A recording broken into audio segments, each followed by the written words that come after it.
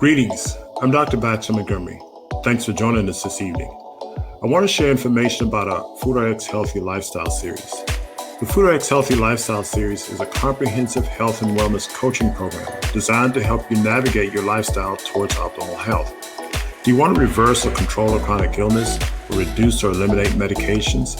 You may want to avoid potential surgeries or medical procedures, or perhaps boost your immune system or improve your fitness level, or much more. The program starts with an intense 5-session, 4-week virtual coaching jumpstart phase, where you join a group of like-minded individuals dedicated to improving their health. You'll be provided a lot of support materials, including nutrition plans, recipes, supplement plans as needed, or fitness plans, and much more. You have full-year access to the support materials as well as our health and wellness team during and at the completion of the 4-week jumpstart period. To learn more about this program, connect on one of our links below or schedule a call with our team members. Let them know if you wish to speak to me directly, and they'll arrange a time for you. Optimal health is a lifelong journey. Let us help you navigate it to your most desired destination. Welcome back. Welcome back, Dr. Palmer. So we ended the last session, and session 3, we're going to talk about, ask the question, what is your T cell? Today is, I didn't do, what I did a week ago is I went and ordered a lab from T-Detect. And so the phlebotomist came by my house this morning, and she had drew my blood and sent it in. Now later on, about maybe next week, I may have the results. I'll let you know my T cell immunity. But this is a picture of the website. It's www.t-detect.com. So if you have questions about your immunity, and some people have asked the questions about their immunity, take this in fact, what I probably should do is, Dr. Palmer, can you type that in the chat, t-detect.com. It's on the slide here, so you can get it. But it's a simple test. You order it, you pay for it online, and then they'll mail the kit to your house. And then a phlebotomist will call you and schedule a time to come get your blood. She came this morning, drew the blood. She's shipping it off. And so I'll find out whether I have T cell immunity or not. I'm not shivering in my boots necessarily, but either way. We don't have access to type in the chat. Oh, okay. My bad. Let me do that here. You know what? I can do that real quick. Hold on one second here. I'm going to copy I have the website here. I'm going to copy.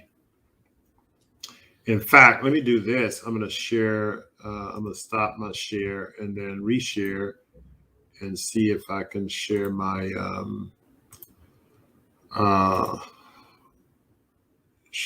website. Okay. Now, do you see this? Yeah. Okay. So here's the website.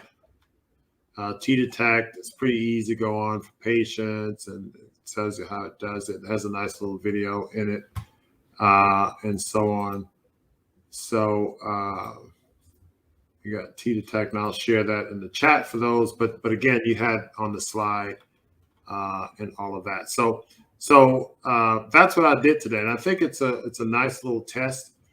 And I'm going to find out, and I found out from another physician on his website.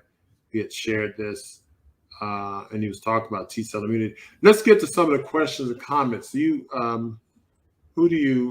How far back do I need to go? I'm looking at herbal teas. Go back up to Shonda 731. She just wanted clarification on the study you were doing. I'm talking about. You had the answer is it was a mixed. It was vaccinated and unvaccinated people in that study. Yeah. I cannot see all the info. Were these vaccinated or not? Well, they started before the vaccine was available. And so I think these were all unvaccinated because it started before the vaccine was available. and they did not mention vaccinated people in this, and I don't think they would have mixed it in the middle of the study.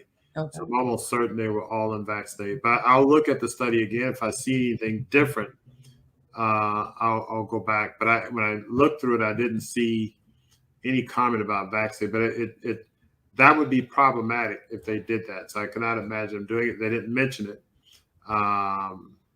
But anyway, so Nicole, very concerned about this now that my 3 kids are back in school.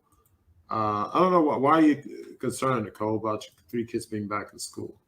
Because in the pediatric world right now, the scenario is that Delta is harming the children more than anybody, and the children are headed back to school this week. Some children started last week, but children are starting school this week.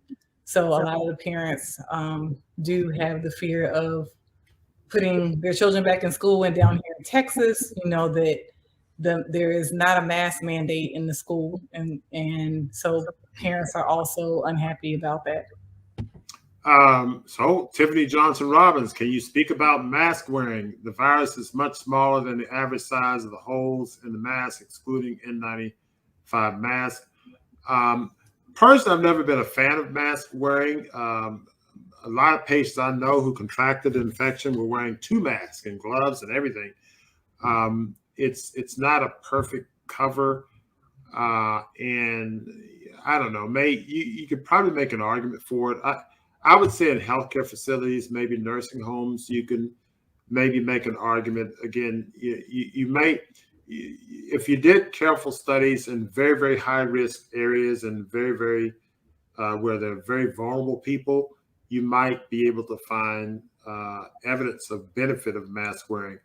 Just kind of broad scope mask wearing, I haven't seen evidence showing the benefit. I think you'd have to probably look at very high risk, highly vulnerable people to where you can probably tease out some benefit. But I don't know. That's my thing. You have any thoughts on that, Dr. Palmer? No, I mean, I think it's one of those things that right now, with so many questions being in everybody's mind, it's just easier for people to say just wear the mask until we figure out what's going on. Yeah, and if you feel good wearing a mask, wear a mask. I think, if it makes you feel comfortable. I mean, I don't see why we have to mandate things. If people want to wear a mask, wear a mask. I don't think people are forcing you not to wear a mask. If you want to wear a mask, have your kids wear a mask, wear a mask. If somebody don't want to wear a mask, they don't want to wear a mask. And so I don't know, the mandates are I don't know, that's just my opinion. But Eve, servant of God, I'm not vaccinated. I was exposed to a Delta infected person, which came from a vaccinated person. I got sick, but I only got mildly sick, and my test came out negative. Okay. Let's see. Just let me know if you see any. Go the next one up, Yolanda. Are senior citizens symptomatic lupus patients recommended to stay vegan and unvaccinated? That's a great question. When I recommend for my patients to be vaccinated or not vaccinated, I do it based on, the individual status. Now, you probably can figure out my bias toward vaccines or not. I'm not going to necessarily share it. I won't tell people on the show to get vaccinated or not get vaccinated. I don't think that vaccination is broadly necessary for everybody and broadly applicable. So I apply it to patients on an individual basis, case by case basis. If you're a senior citizen and have lupus, you need to eat a healthy, antioxidant, plant-based diet, get fresh air, sunshine. You need to keep your vitamin D levels up. You may need to supplement vitamin C, zinc, quercetin. Those are things I would strongly recommend across the board. And then if there are other things you need to do, then I would recommend that. So some of my patients I prescribe ivermectin. I haven't prescribed hydroxychloroquine. I've prescribed ivermectin. I've prescribed it prophylactically and therapeutically. So I do those things in a clinical setting on an individual basis and not so much. But certainly broadly, everybody should take care of their health. High antioxidant, plant-based diet. Make sure your vitamin D levels are high. That's year-round. Should be greater than 50, in my opinion. Greater than 80, maybe. But these things protect you not only from COVID, but from other infections, from cancer, from lots of things. So it's really important to do these follow these health habits on a regular basis. So that's important. Paul Williams, I've recently met people that survived COVID and are now donating, selling their blood plasma to plasma centers. Are you familiar with this? Yes, I've heard of that, convalescent blood donor donations. I thought they had genetically modified antibodies, and so I don't know if they still need the convalescent blood. But yes, I've heard of that. Certainly early on in infection, they were using convalescent blood before they had the genetic modified. What about people on steroids for pulmonary illnesses, allergies to latex, et cetera, and the vaccine? Again, a case-by-case basis. If you're on steroids, yes, that's going to suppress your immune system. People on steroids have an increased inflammatory condition. What you need to do is nourish the body in such a way that you decrease inflammation, decrease your dependency on steroids. Now, if you're a transplant patient, that's another story. But even transplant patients are able to decrease their requirement for steroids and use other immune suppressing drugs. But the point is that you should improve your overall health. If you're requiring steroids, you're an immune compromised person. So, I would have to advise you clinically more specifically in terms of what to do based on what those things are. And the recommendation is coming out now. I've seen in some of the literature that they're recommending a 3 for immunocompromised people. The booster shot? Yeah. Yeah, I think that they should boost their nutrition, is my opinion. Corey, have any of you actually seen an immunoassay of the COVID-19 variants as physician? No, I haven't. I don't do the tests. I don't see them. No, we don't. We are not really. We don't see that side of it. We're not. Tissue sampling. See, I'm a big fan of yours. I'm not baiting in you. So okay, thanks. Oh, great to have a compliment there. Appreciate that. Well, that's because you said that he was trying to bait you.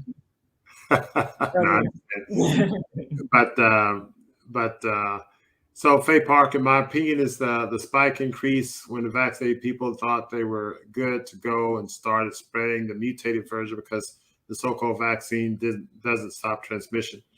Yeah, I think that's true. It may be more complex than that. It may be a vaccine-induced mutation. Some experts say vaccinating during a pandemic potentiates more mutation, and that's what I was alluding to. I'm not, saying that. I'm just saying experts have said that. All I'm saying is that the data suggests that shows an association with increased vaccination, increased Delta. Now, to get the mechanism of that or causation and effect, I think we need to, get more information. I agree, vaccines in the midst of pandemic as opposed to vaccine to prevent a pandemic. Herd immunity is key before this thing exploded out of control. People aren't listening. Yep, they didn't listen to you, they didn't listen to me. Agreed, Faye. Let's see here. I suspect the vaccinated people are acting like they are immune, but the vaccine is not sterilizing, so they end up opening themselves and spreading the virus. Yep, that's true. Yeah, there's not a sterilizing immunity with the vaccine, so that's a great point.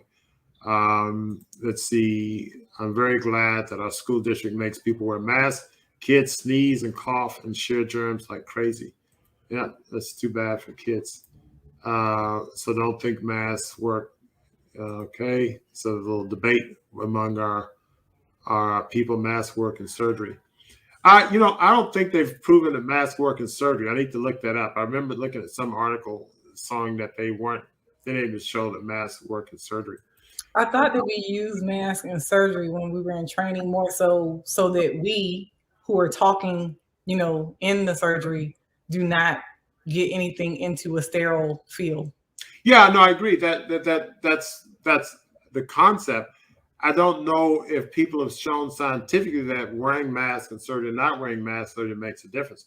So maybe we don't spit enough. I mean, I don't know. Yeah, that's what I mean. So we don't spit, because we're talking in the room. Yeah, that's the theory. But I guess if you go from the theory, but then you say, okay, now let's test it out. Do mask wearing surgeons have less infected than non-mask wearing surgeons? And again, I'll have to look this up. I remember looking at it and seeing that there were studies that didn't show a difference, or they weren't able to find studies to show a difference. But again, I'm not gonna don't quote me on that. What about people who have a mitral valve prolapse and bundle branch via echo? Mitral valve prolapse don't necessarily affect your. I trust you over Fauci. Thanks. Mitral valve prolapse doesn't put you at any increased risk that I know of. Certainly, valvular disease. If you have some invasive procedure done, you can get infection in the blood and seed it. I don't think there's any increase in association with valvular disease and COVID, and I have to look that up. So I'm not aware of it. I'll put it that way. I would think that for most people, losing 50 pounds would help their outcomes significantly. It's not a cure-all, but being in better health is always a better starting position. I think being in better health potentiates more of a cure-all than anything else. It's optimal health. And optimal health doesn't just mean weight loss. Weight loss is one part of it, but optimal health is optimal health. I've weaned from steroids. It was due to the use of CPAP. I continued with stem cell support and improved diet. Immune system is better, but numerous allergies and sensitivities. Valerie German, is a vaccine okay for people with Hashimoto's or heart attack? It depends on the state of your condition. If you're having a flare-up or nearing a flare-up, it may be more problematic. So again, that's one of those things that's on an individual basis. Great response on mask and surgery. Thanks. Let's see here. We've got, does a nasal disinfectant, Nausin, kill the virus? I don't know. Do you know anything about Nausin, Dr. Palmer? Is that just like a nasal wash? Maybe, I don't know. Is it a saline wash? They say Nausin, so I don't know. I'll look it up and see. I don't know. Yeah. Seeking health. Celeste understands the questions. Let's see here. Let's see, Michelle. Ibarra, I've been happy in having masks when caring for infections, TB patients, and meningitis patients. Yeah, I mean, again, we wear masks around TB patients. TB patients wear masks walking out. So, I mean, masks are nothing new, but typically it's like when you have an outbreak in TB, tuberculosis, you don't have the whole world wear masks. You have the people with TB wear masks. And so does having bradycardia make having COVID worse? I don't know that to be the case. I mean, your bradycardia may be physiological, maybe because you're a trained athlete, you're healthier. Will the vaccine be a higher risk for people who have had mitral valve prolapse or bundle branch block? I don't know that to be the case. No, I don't think so. I'm not aware of that. What's the best way to determine why a person doesn't absorb nutrients? What doctor specific should we seek to find out? You can see a gastroenterologist. If you're not absorbing nutrients, I would question the status of your microbiome. And the last comment, Neem, is good. I hear from my business partner. Yeah, you agree with that? It knocks out a lot of. It's a bitter. If you go back to our bitter. Yes. Lecture. It's better because it's bitter. And so, well, we've gone over our time. This was with a lot of great comments, a lot of great questions, and I hope you got something out of this. Can I throw something in real quick? Yes, ma'am. That Nausin is 62% alcohol.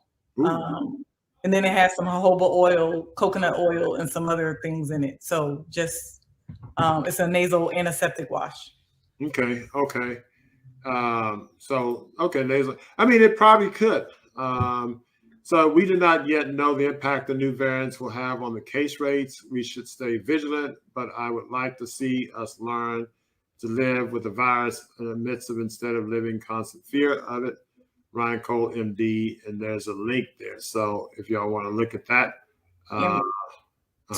2 minutes. Just somebody asked about the multisystem inflammatory syndrome that children, and basically it is. I mean, we see it. It's rare. It's not that it's happening in all the children, and it's similar to some of the other things that we've seen in the past, like Kawasaki's, where basically you get just inflammation across the whole body. So this is what happens when the system's inflamed. So they're just calling it multi-system inflammatory syndrome. Again, just to be brief, the key is to keep the body as balanced as possible with the foods that we're putting in. such that the immune system does not overreact when an insult comes in and challenges it. Yep. I think you're right. And a similar thing can be said with adults. I mean, if you have an increased amount of oxidative stress, it predisposed to this cytokine storm, and the cytokine storm is what gives you the multi-organ failure. And this is nothing unique to COVID. This is something you get with any kind of infection, certainly in adults. When you get bacterial pneumonia, other kind of pneumonias, a local inflammatory process can then become systemic. And so inflammation somewhere can potentiate inflammation anywhere and potentially inflammation everywhere. And so how well your health system, you remember some of those talks we did on the immune system, the innate immune system is not responsible for responding initially to an invader.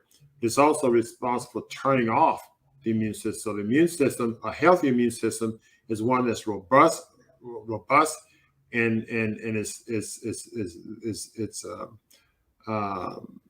toxic against any foreign agent, but it's also under control. So you can have an overextending immune system that's out of control. So like a drunk driver, a drunk driver, a good driver is not somebody who drives fast and all over the road. A good driver drives, slow when they need to drive slow, fast when they need to drive fast. They stop when they need to stop and go when they need to go. So that's a good driver is under control. And good immune system's under control. You got to know when to play it, know when to walk away and all that stuff. So the immune system, a healthy immune system, is a robust immune system that is under control. And it turns things on and turns things off as need be.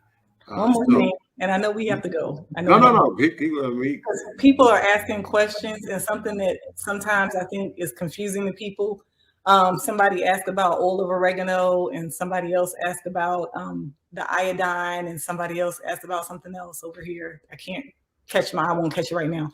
But I think people have to, those things work, but one, we have to know the source of your products that you're getting, because a lot of companies are knowing that people are looking for natural products, and so they're producing these things quickly. If you have a trusted source, then good. But also, one thing by itself usually is not going to take away. I think somebody mentioned Ebola.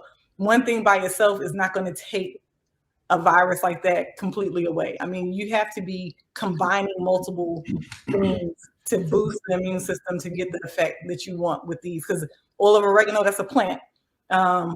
Iodine is, depending on the source, so sometimes it's from sea vegetables, sometimes it's from sea animals, or sea fish. But I think we have to realize that we combine multiple modalities to get the coverage that we need to have the immune system functioning, i.e., if we eat different plants from the earth, then we're covered. You can't just pick one plant and say, I'm going to eat broccoli every day, or I'm going to eat kale every day, because you're not going to have every component that you need to do the work that needs to be done. And as we know, all of this has not been studied. We don't know the full complexity of our system.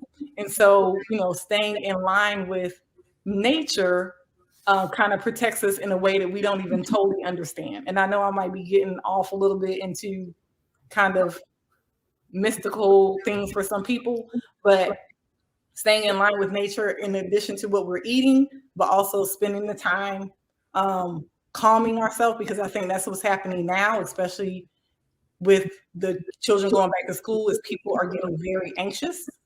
And that also has a very negative impact on our immune system. These are things that we can't measure in the lab, but it does happen. We know that stress increases the cortisol levels, which decrease the immune system. So we have to be mindful of all of this as we're working on improving our health.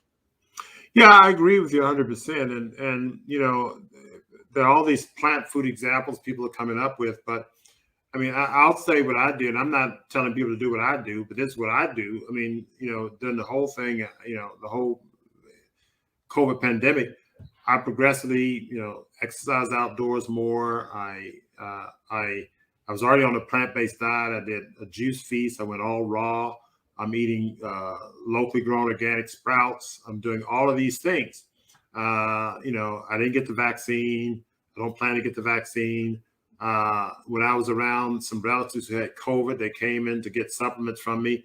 I didn't wear a mask around them. They were, again, I'm not saying you should do this, but this is me. Because my opinion for me is that if I make my immune system as robust as it can be, then that's my absolute best protection. Now, yes, I keep, quercetin and zinc around. I keep grapefruit seed extract around. I keep all these other things around.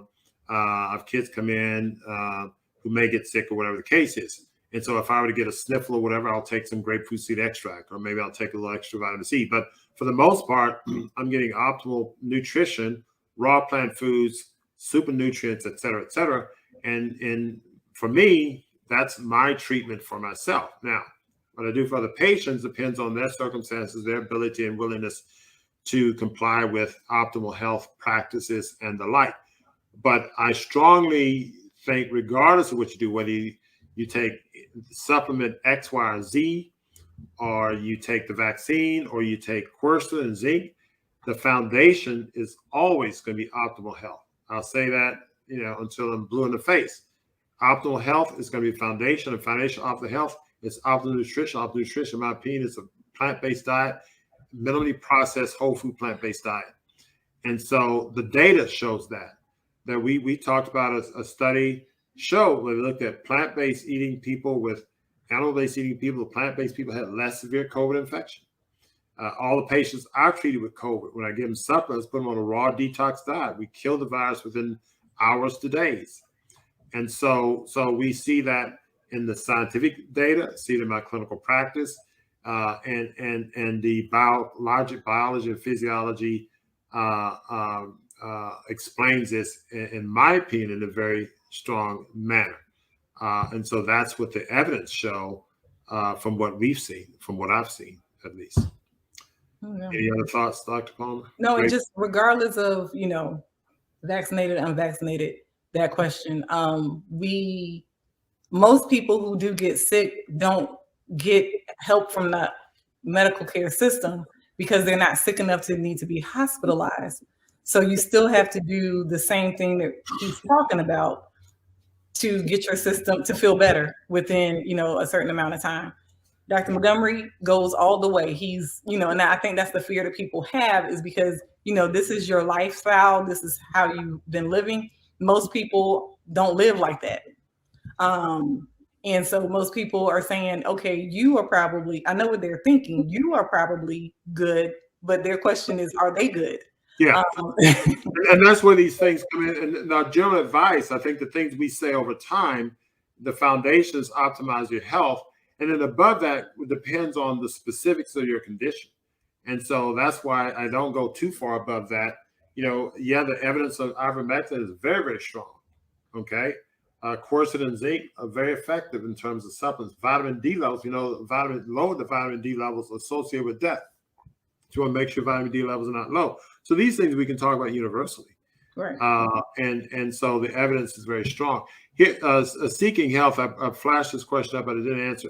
It seems that people who have recovered from the original COVID strain can still get the Delta variant. Is there any information on whether this second case would be more mild or not? I don't know if everybody who gets the wild type gets the Delta variant, because there's significant protection, and we don't know what protects or not. I think theoretically, when you get immunity against the wild type, it can protect you against the Delta variant. The reason why I say theoretically, because I talked at the beginning, there's scientific evidence showing that people get T-cell immunity from other coronaviruses that cross over, give immunity to COVID-19. So immunity from COVID-19 wild type could cross over and give you immunity to the Delta variant. I think the robustness of your immune system may dictate that. Again, we don't know that. But what I will say, what I'd love to do, I'd love to repeat the study we talked about, Celeste, on people who are on a healthy, natural plant-based diet compared to people who are not, and see what their T-cell activity and kinetics are. And one of these days we'll probably do that study, but that's another study. But to address this question, the answer is it's possible that you can get reinfected with Delta, because there were some people, they saw 7.6 per 100,000 infection rate in people previously infected. Chances are it was a variant, or it could be a reinfection wild type. And it all depends on what the status of the immune system is. So I think there are a lot of factors involved. The wild type, the Delta variant, as the data shows, that it's far more. There's a disproportionate amount of contagiousness to its lethalness, and so the death rates remain very, very low. I think if you want to walk away from this, the death rate overall remains very, very low. Okay, even though you have this spike. So the spike in cases, I like to talk about cases, but the death rate is very, very low. And so I think that's an important thing to hold on to. And so the Delta variant, most people are just getting positive tests and they're not having symptoms or mild symptoms, et cetera. So that's the take-home message. So anyway, you guys were great. This is I'll leave it with this. Thanks to us both, and thank you, Dylan. Dr. Palmer, I'll see you behind stage as I close out. Again, I always learn a lot. I learn a lot from your comments, your questions. They're all brilliant. Again, what we try to do is try to inform you, empower you with knowledge and information. And hopefully we've done that today. I want to remind you, if you haven't subscribed, please subscribe to this channel. We have a lot of good information. We don't only talk about COVID, we talk about heart disease. I'm a cardiologist, Dr. Palmer's a pediatrician. We have other specialties we bring on. Since coronavirus is, the major topic of the day, lots of people are nervous about it. We try to come on and inform people, allay fears and the like. And so we think that's very important. But again, please subscribe, hit the notification button, because you'll get notification of future talks we'll do. We'll also break this talk up and send it out in smaller segments, but also share this information with loved ones, friends, with enemies, anybody you want to help out. I think the information we share is very valuable. What we try to do is cut to the scientific evidence. What do we know? What does the evidence show? It's not what Dr. Montgomery thinks or what Dr. Palmer thinks, but it's what the evidence shows. And we at least give you the information. You go and read it yourself. And also, hopefully, you'll take advantage of the information on the T-Detect. Those of you concerned about your immunity, you can test your immunity. And I think this will be helpful. So until next time, keep it fresh, natural, and live.